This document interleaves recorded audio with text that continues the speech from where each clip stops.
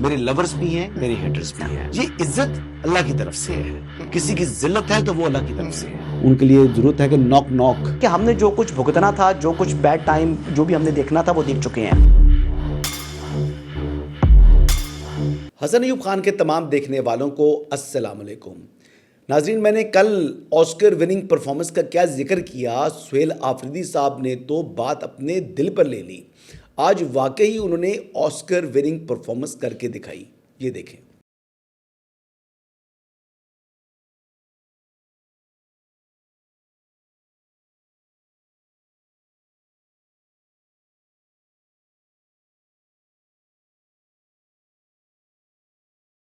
اچھا، اب یہ دیکھیں کہ جناب اللہ کے بندے، میں نے بات کی، آپ نے دل پر لے لی. اب خیبر پختونخوا ہاؤس سے جو اسلام آباد ہائی کورٹ کا سفر ہے، یعنی وہ تو پیدل بھی بندہ اگر چلے تو 5 منٹ میں آپ پہنچ سکتے ہیں. اب وہاں سے روانہ ہونے کا بھی جو ہے انہوں نے ویژول چلوایا. اتنے زور کی ایکٹنگ ان کو آ چکی ہے. لیکن میں تو اس بات پر سوچ رہا تھا کہ یہ سہیل آفریدی کو کیا ہو گیا ہے.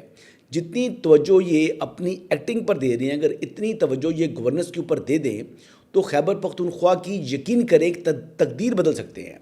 لیکن اگر اللہ کا حکم نہ ہو تو پھر تو ان سے کوئی اچھا کام نہیں ہو سکتا. میں یہ کہوں گا کہ لڑکا محنت کر رہا ہے، ایکٹنگ کے اندر تو یقینی طور کے اوپر یہ اپنا نام بنائے گا.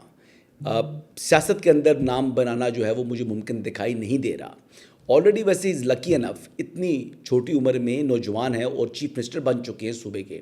لوگوں کو بڑے پاپڑ ملنے پڑتے ہیں، لیکن سہیل آفریدی اس لحاظ سے قسمت کے دھنی ہیں. میں تو یہ بات مانتا ہوں. لیکن سہیل آفریدی کو اپنی عزت بھی سنبھالنی چاہیے. اب دیکھیں کہ جناب ان کے محسن نقوی صاحب کے ساتھ رابطہ کیا قائم ہوا، انہیں فیصل کریم کنڈی صاحب کی کیا سپورٹ ملی، انہیں مولانا فضل الرحمان صاحب کا کیا آشیرواد مل گیا. اس کے بعد انہوں نے اپنی جماعت کے سیکرٹری جنرل کو اور اپنی جماعت کے جو چیئرمین ہیں ان کو یعنی کسی کھاتے میں نہیں لے کر آ رہے، ان کو خاطر میں ہی نہیں لاتے، ان کی کوئی اہمیت اپنی نگاہ میں تصور ہی نہیں کرتے. اب اس کا بہت بڑا ثبوت یہ ہے کہ گزشتہ روز انہوں نے جو اعلان کیا تھا کہ 10 جون کو جب وفاقی بجٹ جو ہے وہ قومی اسمبلی میں پیش ہوگا، اس موقع کے اوپر وہ باہر احتجاج کریں گے، جس پر گزشتہ رات 11th آور جو پروگرام ہے ایئر وائی نیوز کا، وسیم بدامی صاحب جسے ہوسٹ کرتے ہیں، اس میں شیخ وقاص اکرم صاحب نے کہا کہ اگر تو انہوں نے یہ فیصلہ، یہ اعلان بیرسٹر گور یا سلمان اکرم راجہ صاحب کی مشاورت سے کیا ہے تو سر آنکھوں کے اوپر، ادروائز یہ پھر پارٹی کا فیصلہ نہیں ہے.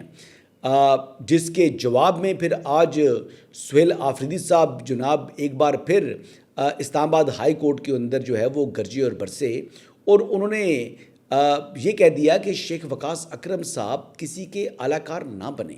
یہ خیبر پختونخوا کی عوام کا جو وہاں کی حکومت ہے، عوامی حکومت ہے، وہ خیبر پختونخوا کے حکومتی فیصلوں میں آزاد ہوں. اور دوسرا جو ہے شیخ صاحب اگر آ سکتے ہیں وہ وہاں پر شرکت کریں، ورنہ جو ہے کسی کی علاقاری نہ کریں. اب یہ دیکھ لیں کہ محسن نقوی صاحب سے ایک ملاقات کیا ہوگی. یہ اپنی پارٹی کے یعنی سیکرٹری اطلاعات کو، اپنی پارٹی کے سیکرٹری جنرل کو اور اپنی پارٹی کے چیئرمین کو یہ کسی خاطر میں نہیں لے کر آ رہے، ان کو کوئی اہمیت نہیں دے رہے. اب ظاہری بات ہے کرامات تو محسن نقوی صاحب سے ملاقات کی ہیں، تو سہیل آفریدی صاحب جو کہ بڑی بڑی باتیں کرتے تھے، اس کی لپٹنا پلٹنا جھپٹنا، اب وہ یعنی اتنے زیادہ اپنے آپ کو طاقتور تصور کرنا شروع کر دیا ہے کہ اب وہ یعنی پارٹی کی جو لیڈرشپ ہے اس کو لیڈرشپ تصور نہیں کر رہے. وہ کہہ رہے جی کہ خیبر پختونخوا کے اندر وہ اپنے فیصلوں میں آزاد ہیں اور خیبر پختونخوا کے عوام کے لیے وہ کوئی بھی فیصلہ کر سکتے ہیں. لیکن پارٹی ڈسپلن ایک بڑی امپورٹنٹ چیز ہوتی ہے. پارٹی کے اندر جو عہدے ہوتے ہیں یہ عہدے نمائشی نہیں ہوتے، بلکہ ان کا کوئی کام ہوتا ہے. یا تو سہیل آفریدی صاحب کہہ دیں کہ بیرسٹر گور ہو جائیں، سلمان اکرم راجہ صاحب ہو جائیں، یا جو شیخ وقاص اکرم صاحب ہیں، ان کے عہدے جو ہیں صرف نمائشی ہیں، عملی طور کے اوپر ان کا کوئی کام نہیں ہے، یا پارٹی کے اندر کوئی سٹرکچرنگ موجود نہیں ہے. اگر یہ اعلان کرتے ہیں تو پھر تو بڑی خوشائند بات ہوگی، اور اگر یہ اعلانات نہیں کرتے اور کیا خیبر پختونخوا کی جو حکومت ہے وہ پارٹی ڈسپلن کے انڈر نہیں ہے تو پھر تو سہیل آفریدی صاحب کی موجے ہی موجے ہیں. پھر تو وہ سیاہ و سفید کے مالک بن جائیں گے.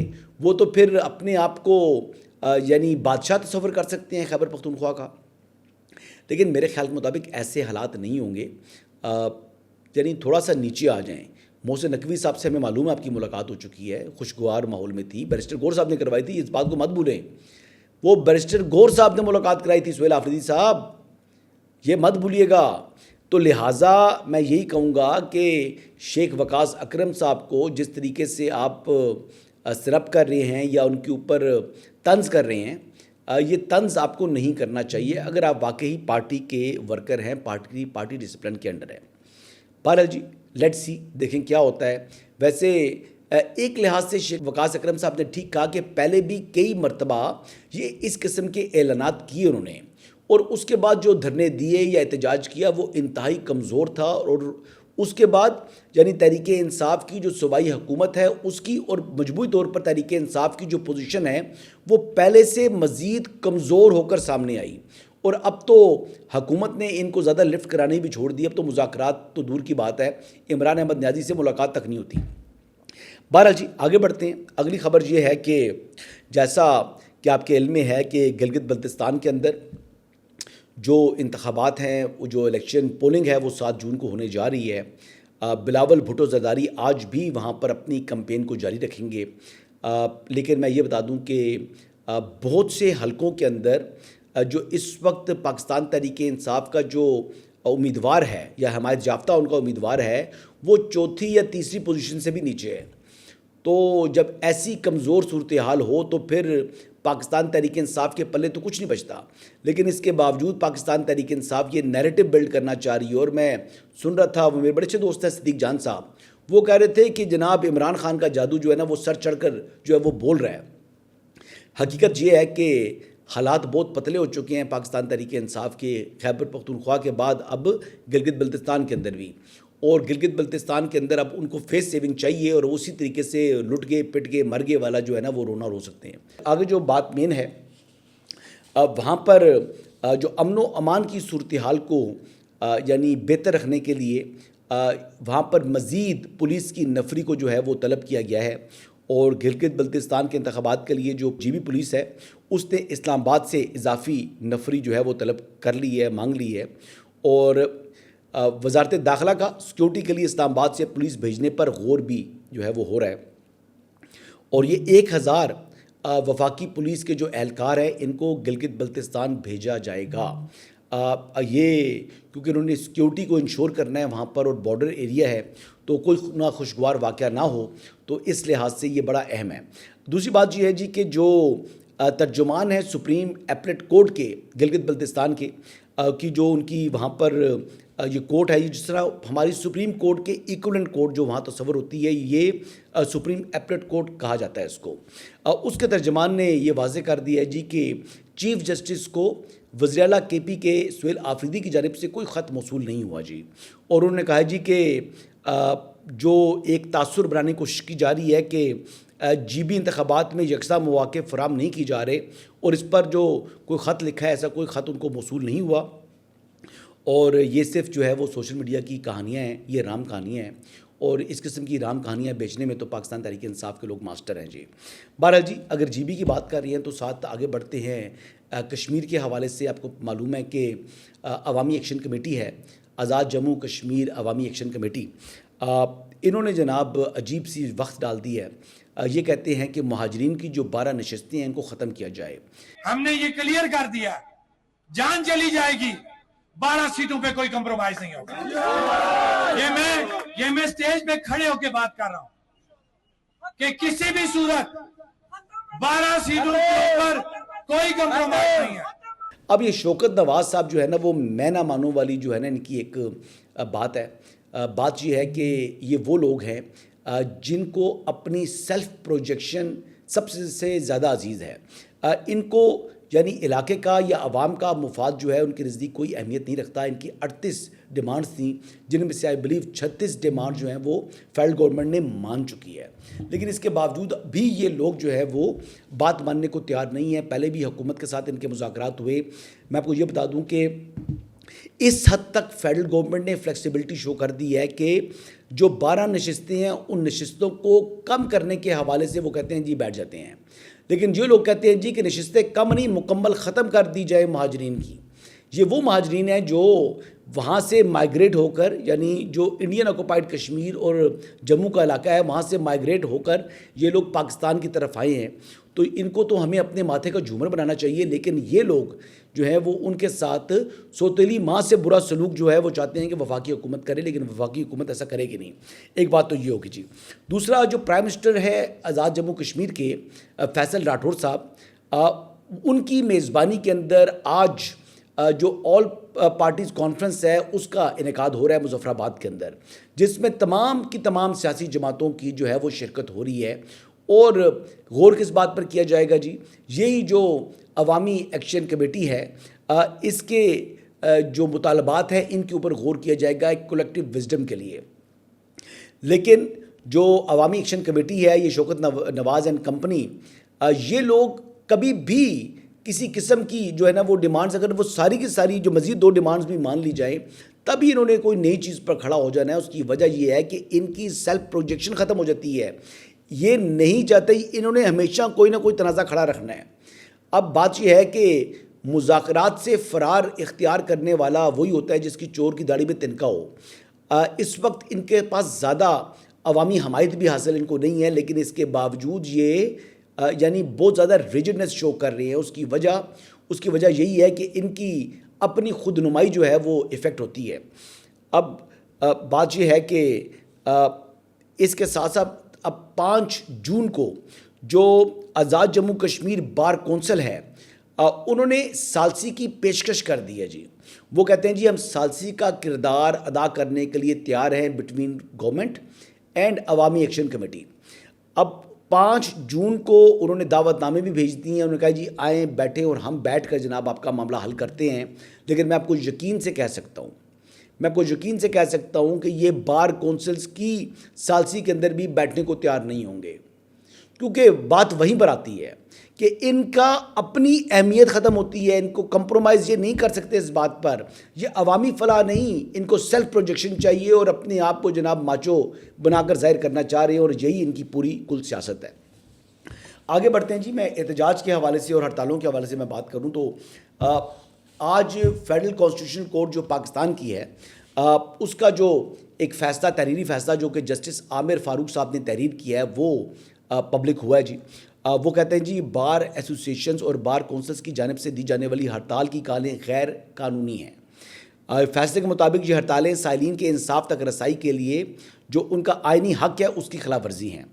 ایسی ہڑتالیں شہریوں کو قانونی نمائندگی سے محروم، عدالتی نظام پر مزید بوجھ ڈالتی ہیں۔ فیصلہ یہ بھی کہتا ہے کہ جب ہڑتال کی کال دی جاتی ہے تو وکلا تنظیمیں وکلا کو عدالتوں میں پیش ہونے سے روکتی ہیں۔ فیصلے کے مطابق وکیل کی عدم پیشی پر مقدمے کی سماعت بغیر کسی پیشرفت کے ملتوی کر دی جاتی ہے۔ ہمارا قانونی نظام پہلے ہی شدید دباؤ کا شکار ہے، عدالتوں میں مقدمات کی طویل فہرستیں موجود ہیں۔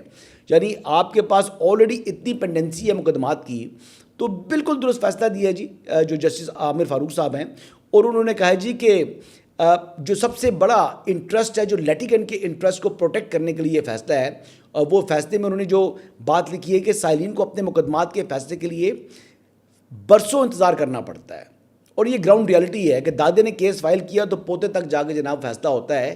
تو یہ اتنی طویل جو آلریڈی لیٹیگیشن کا سسٹم چل رہا ہے، تو اس میں بڑی وجہ ایک جو وکلا کی یہ ہڑتالیں ہیں، بار کونسلز کی ہڑتالیں ہیں، اور یہ کہہ رہے ہیں جی کہ انصاف تک رسائی سے کسی بھی شکل میں محروم کرنا آئین کی خلاف ورزی قرار دے دیا اس فیصلے کے مطابق۔ اور کے پی بار کونسل نے وکلا کو وکیل کے قتل میں نامزد ملزم ایس ایچ او کی قانونی نمائندگی سے روکا، پولیس افسر کی قانونی نمائندگی پر وکیل کا لائسنس معطل کر دیا گیا۔ اب یہ بنیادی معاملہ یہ تھا اور اس کے اوپر یہ جناب ڈیسیجن آ چکا ہے۔ تو بیسکلی ایک اوور آل ڈیفائن کر دیا ہے فیڈرل کانسٹیٹیوشن کورٹ نے کہ جناب یہ جو ہڑتالیں ہیں، یہ جو سٹرائکس ہیں، یہ غیر قانونی ہیں۔ اچھا جی، آگے بات کرتے ہیں جی کہ جو اس وقت وفاقی بجٹ کی آمد ہے، اور گزشتہ روز بھی سینیٹر اسحاق ڈار کی سربراہی میں پیپلز پارٹی اور حکومتی وفود کی جو ہے وہ ملاقات ہوئی، اور بیسکلی مختلف ایشوز کے اوپر جو بجٹ سے متعلقہ ہیں اس کے اوپر ان کی گفتگو ہوئی ہے جی۔ ایک طرف تو یعنی اسحاق ڈار صاحب ہیں، اور ان کے ساتھ دیگر لوگ ہیں، یعنی جو اس کے اندر جو فائنانس منسٹر وہ بھی موجود ہیں، بلال اظہر صاحب ہیں، اور دیگر لوگ بھی اس میں شامل ہیں. دوسری طرف شہری رحمان صاحبہ ہیں، اور آج بھی جو ملاقات ہونی ہے، آج شام کو دوبارہ یہ اجلاس ہونا ہے، اس میں مراد علی شاہ صاحب جو کہ سی ایم سندھ ہیں، یہ شریک ہوں گے ویڈیو کال کے اوپر، یعنی یا زوم کے اوپر. اب ایشو کیا ہے جی، جو بات اس میں ڈسکس ہوتی ہے جی، پیپلز پارٹی چاہتی ہے جی کہ جو فیڈرل کا پی ایس ڈی پی ہے وہ سندھ کی آبادی کے تناسب سے جو پی ایس ڈی پی کے تحت جو ہے وہ ان کو شیئر دیا جائے. یعنی یہ وفاق کا پی ایس ڈی پی ہے، لیکن وہ کہہ رہے ہیں جی کہ سارا شیئر ایک جگہ اٹھا کے نہ ڈال دیں، یعنی پنجاب کے اندر یا دیگر جگہوں کے اندر آپ یہ شیئر جو ہے جو تناسب بنتا ہے آبادی کے تحت پی ایس ڈی پی کا جو کہ سندھ کا بنتا ہے، اس تناسب سے جی وہاں پر ہمیں اسکیمز دی جائیں اور شیئر دیا جائے. دوسرا وہ کہہ رہے ہیں جی کہ بے نظیر انکم سپورٹ پروگرام کی فنڈنگ میں وفاق صوبوں سے حصہ چاہتا ہے، سندھ اس کی مخالفت کر رہا ہے جی. وہ کہہ رہے ہیں جی ہم نے یہ نہیں دینا. اس کا بھی کافی شور ہے جی. اور تیسری بات یہ ہے کہ ایم این ایز اور سینیٹرز کو ترقیاتی اسکیموں کے لیے فنڈ نہ ملنے کی شکایات ہیں، اور پیپلز پارٹی 19% جو ہے وہ جی ایس ٹی کی مخالفت کر رہی ہے کہ بھئی یہ جو جی ایس ٹی کو بڑھایا جا رہا ہے، یعنی جنرل سیل ٹیکس جو ہے، اس کو 15 سے بڑھا کر 19% کرنے کے حوالے سے جو ہدایت ہے اس وقت آئی ایم ایف کی، اس کی مخالفت کر رہی ہے. اور سیکنڈ جو سولر کے اوپر ٹیکس لگانے جا رہی ہے فیڈرل گورنمنٹ، اس کی بھی مخالفت کر رہی ہے.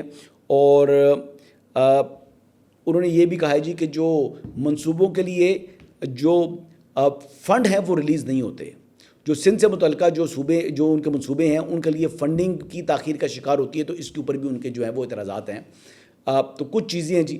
اب بی ایس پی کے حوالے سے تو لالا اسد پٹھان نے انہوں نے بڑی واضح طور پر بتا دیا جی کہ اس کے لیے تیار ہے Peoples party. President Asif Ali Zardari صاحب نے اس پر جو ہے آمادگی کا اظہار کر دیا ہے. جو سندھ اپنے حصے کا شیئر خود برڈن جو ہے وہ شیئر کرے گا، یہ وہ کہہ رہے ہیں. لیکن بلاول صاحب نے کل ہی واضح طور پر تقریر میں کہہ دیا تھا کہ یہ سندھ کے اوپر نہیں بلکہ یہ فیڈرل گورنمنٹ خود برداشت کرے، اور وہ کہہ رہے تھے کہ بلکہ مزید اضافہ کرے پچھلے سال کے مقابلے میں بے نظیر انکم سپورٹ پروگرام کے فنڈ کے اندر. تو اب یہ کوشچن ہے جی، فیڈرل گورنمنٹ کی اپنی لمیٹیشنز ہیں، ان لمیٹیشنز کو وہ کس طریقے سے جو ہے وہ اوور لک کر سکتے ہیں. دیکھیں سیلریز ہیں، پینشنز ہیں، پھر اس کے علاوہ ڈیفنس ہے اور دیگر ایشوز ہے، اور بیسیکلی آپ نے جو قرضے لیے ہیں ان کی ری پیمنٹس ہیں، وہ پے بیک بھی کرنا ہوتا ہے، اس کا انٹرسٹ پے کرنا ہوتا ہے. تو یہ وہ تمام چیزیں ہیں جو لمیٹیشنز فیڈرل گورنمنٹ کی موجود ہیں. بلاول جو ہے وہ سیاسی طور کے اوپر یا پیپلز پارٹی اس وقت شو ڈال رہی ہے، لیکن میرے خیال کے مطابق ان کو کا خاصا کمپرومائز کرنا پڑے گا بہت سی باتوں کے اوپر. بٹ لیٹ سی جی، اسحاق ڈار صاحب کے زیر صدارت آج مل رہے ہیں. امید ہے جی کہ معاملہ جو ہے جو ایک ہیکپ ہے یہ دور ہو جائے گا. آگے اینڈ میں بات کرتے ہیں جی کہ آج ایران کی جانب سے مختلف میزائل داغے گئے ہیں جی. کویت کا ایئرپورٹ ٹارگٹ ہوا ہے. معاملہ یہ ہے کہ ایک آئل ٹینکر جو تھا ایران کا جو ہٹ ہوا سم ہاؤ، اس کے بعد پھر معاملہ جو ہے وہ سٹارٹ ہو پڑا. ایران نے میزائل اور ڈرونز سے حملہ کر دیا کویت کے اوپر اور بحرین کے اوپر. اب اس کے اوپر جتنے بھی جی سی سی ممالک ہیں وہ اس کی پرزور الفاظ میں، سخت الفاظ میں مذمت کر رہے ہیں. قطر کے اور سعودی عرب کے وزراء خارجہ کی آپس میں بات چیت ہوئی ہے. اس طرح یو اے ای کی طرف سے بھی بیان سامنے آ رہا ہے. اور یہ اوور آل مجموعی طور کے اوپر جس طریقے سے ریئیکٹ کرتا ہے ایران کے اس ریئیکشن کے اوپر جی سی سی کے ممالک جو ہیں وہ خاصے ناراض ہوتے ہیں. اب یہ امریکہ یا اسرائیل چھیڑ چھاڑ کرتا ہے ایران کے ساتھ، سختی آ جاتی ہے ان جی سی سی ممالک کی. اب وہاں پر ان کے یقینی طور پر اڈے تو موجود ہیں، لیکن ظاہری بات ہے کہ وہ جنیوا کنونشن کی کھلی خلاف ورزی ہے. ان ممالک نے حملہ تو نہیں کیا نا ایران کے اوپر، لیکن ایران جو ریٹیلیٹ کرتا ہے وہ یعنی ان ممالک کے اوپر حملہ کر دیتا ہے، جو کہ اگر یو این چارٹر کے حساب سے بھی دیکھا جائے تو یہ یعنی ان ممالک کی جو حقوق ہیں یو این کے تحت، یو این چارٹر کے تحت، ان کی کھلی خلاف ورزی ہے. یہ ان ممالک کے پاس آرٹیکل 51 کے تحت جو یو این کا ہے، یہ اب حملہ کر سکتے ہیں ایران کے اوپر اپنی خود مختاری کے تحفظ کے لیے. اگر یہ ممالک حملہ کریں ایران کے اوپر تو یہ قانون کے مطابق حق بجانب ہیں، یہ کوئی وائلیشن نہیں ہے. لیکن ایران کا جواز یہ ہے جی کہ کیونکہ ہمارے اوپر جو ہے وہ امریکہ اور اسرائیل حملہ کرتا ہے اور امریکہ کے اڈے ان ممالک کے اندر موجود ہیں، تو لہٰذا ہم ان کو ہدف کرتے ہیں. تو یہ ہدف جو ہے وہ ایئرپورٹ کے اوپر تو امریکی فوج نہیں بیٹھی ہوئی نا کویت کے، لیکن کویت کے ایئرپورٹ کو ٹارگٹ کیا ہے ایران کے میزائلز نے اور ڈرونز نے. بہرحال جی کوئی اچھی بات نہیں ہے، لیکن آج فیلڈ مارشل سید عاصم منیر کے ساتھ جو عباس عراقچی صاحب ہیں ایران کے وزیر خارجہ، ان کی ٹیلی فونک رابطہ ہوا ہے. اللہ کرے جی کوئی سینس پریویل کرے، اللہ کرے یہ معاملہ جو ہے تنازع حل ہو. دوسری طرف پریزیڈنٹ ٹرمپ جو ہیں انہوں نے بھی انٹرویو کے اندر یہ کہہ دیا ہے کہ مستقبل کے اندر وہ جو سپریم لیڈر ہیں ایران کے، ان سے ملاقات کر سکتے ہیں. I'd like to meet him. I'd like to meet everybody. I'd like to meet him. We probably will meet at some point, depending on how it all works out. وہ کہہ رہے ہیں کہ معاہدہ جو ہے وہ کرنا چاہتے ہیں، معاہدہ جلد معاہدہ ہونا چاہیے. ساتھ انہوں نے یہ بھی بتایا کہ جو اسرائیل کی جانب سے یعنی نیتن یاہو نے جو ایگریشن کی ہے لبنان کے اوپر، اس کے اوپر انہوں نے سخت لہجے کے اندر بات کی ہے نیتن یاہو سے. یعنی ایکزیس کی جو خبر گزشتہ روز آئی تھی، اس کو ایڈمٹ کر لیا ہے پریزیڈنٹ ٹرمپ نے کہ وہ درست اور حقیقت پر مبنی ہے. I wouldn't say angry. I was a little bit perturbed at his constantly fighting with Lebanon. You know, at some point I said, Bibi, we got to stop this. We got to stop it. اجازت چاہوں گا جی، کل دوبارہ آپ سے ملاقات ہوگی. اللہ حافظ.